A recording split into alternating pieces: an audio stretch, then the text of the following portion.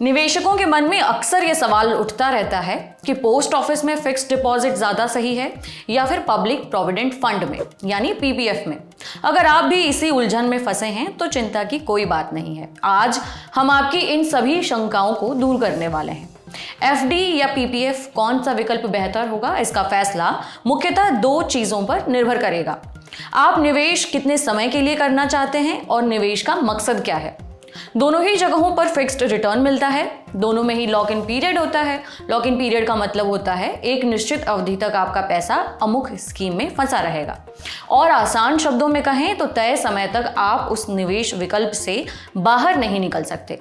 मसलन अगर एफडी करा रखी है तो बीच में एफडी तोड़ नहीं सकते, और अगर ऐसा किया तो आपके पैसों का नुकसान होना तय है। पीपीएफ की बात करें तो फिलहाल इसमें 7.1% का रिटर्न मिल रहा है। इस स्कीम में निवेश करके आपको 3 तरह से टैक्स में छूट मिलती है, यानी निवेश की मूल रकम, उस पर मिलने वाला ब्याज और पैसे निकालने पर कोई भी टैक्स नहीं देना पड़ेगा। वहीं अगर पोस्ट ऑफिस की बात करें तो अलग अलग अवधि की एफडी पर यहाँ बढ़िया ब्याज मिल रहा है।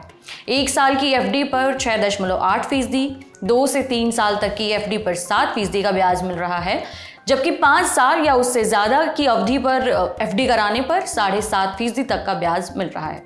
इसी तरह 1 साल के पोस्ट ऑफिस टाइम डिपॉजिट पर 6.9% ब्याज है, 2 साल के पोस्ट ऑफिस टाइम डिपॉजिट पर 7% और 3 साल के पोस्ट ऑफिस टाइम डिपॉजिट पर 7% की दर से ब्याज मिल रहा है।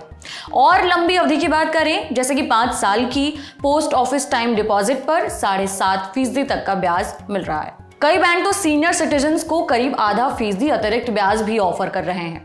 देश के कुछ छोटे बैंक और एनबीएफसी तो एफडी कराने पर 9% तक का ब्याज दे रहे हैं। पैसाबाजार.com के को-फाउंडर और सीईओ नवीन कुकरेजा ने बिजनेस टुडे से कहा, अगर दोनों स्कीमों की तुलना करें तो पोस्ट ऑफिस में 5 साल वाले एफडी पर 7.5% का ब्याज बन रहा है, जबकि पीपीएफ पर 7.1% का ही रिटर्न मिल रहा है।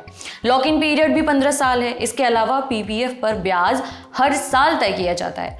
15 साल की अवधि पूरी होने के बाद आप स्कीम की अवधि को 5 साल के लिए और बढ़ा सकते हैं।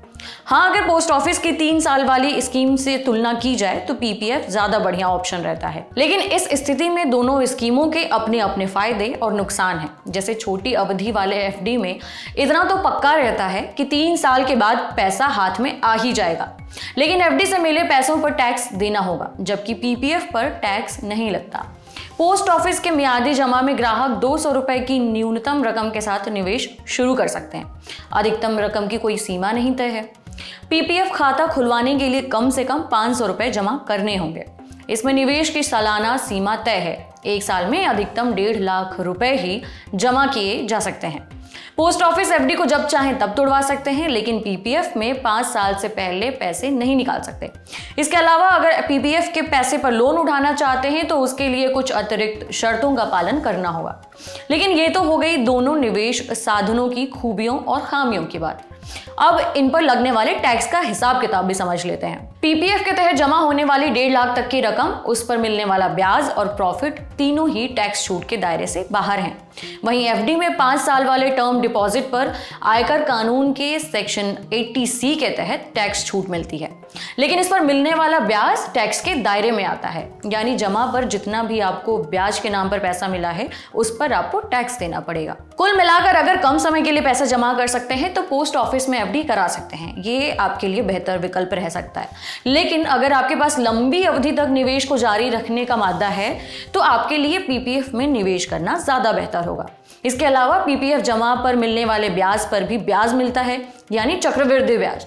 इसलिए पीपीएफ में लंबी अवधि में आपका पैसा ज्यादा बढ़ सकता है। उम्मीद करते हैं कि पीपीएफ और एफडी से जुड़ी यह जानकारी आपको काफी पसंद आई होगी। आपके लिए यह जानकारी जुटाई थी हमारे साथी प्रदीप यादव ने।